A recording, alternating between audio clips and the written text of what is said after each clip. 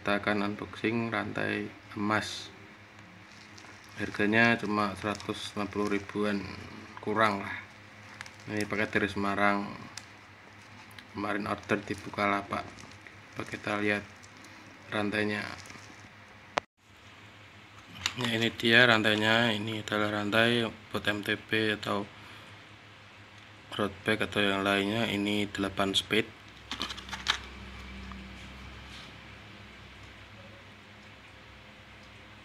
Ini merek FSC Cain. Ini untuk 8 speed, macam China.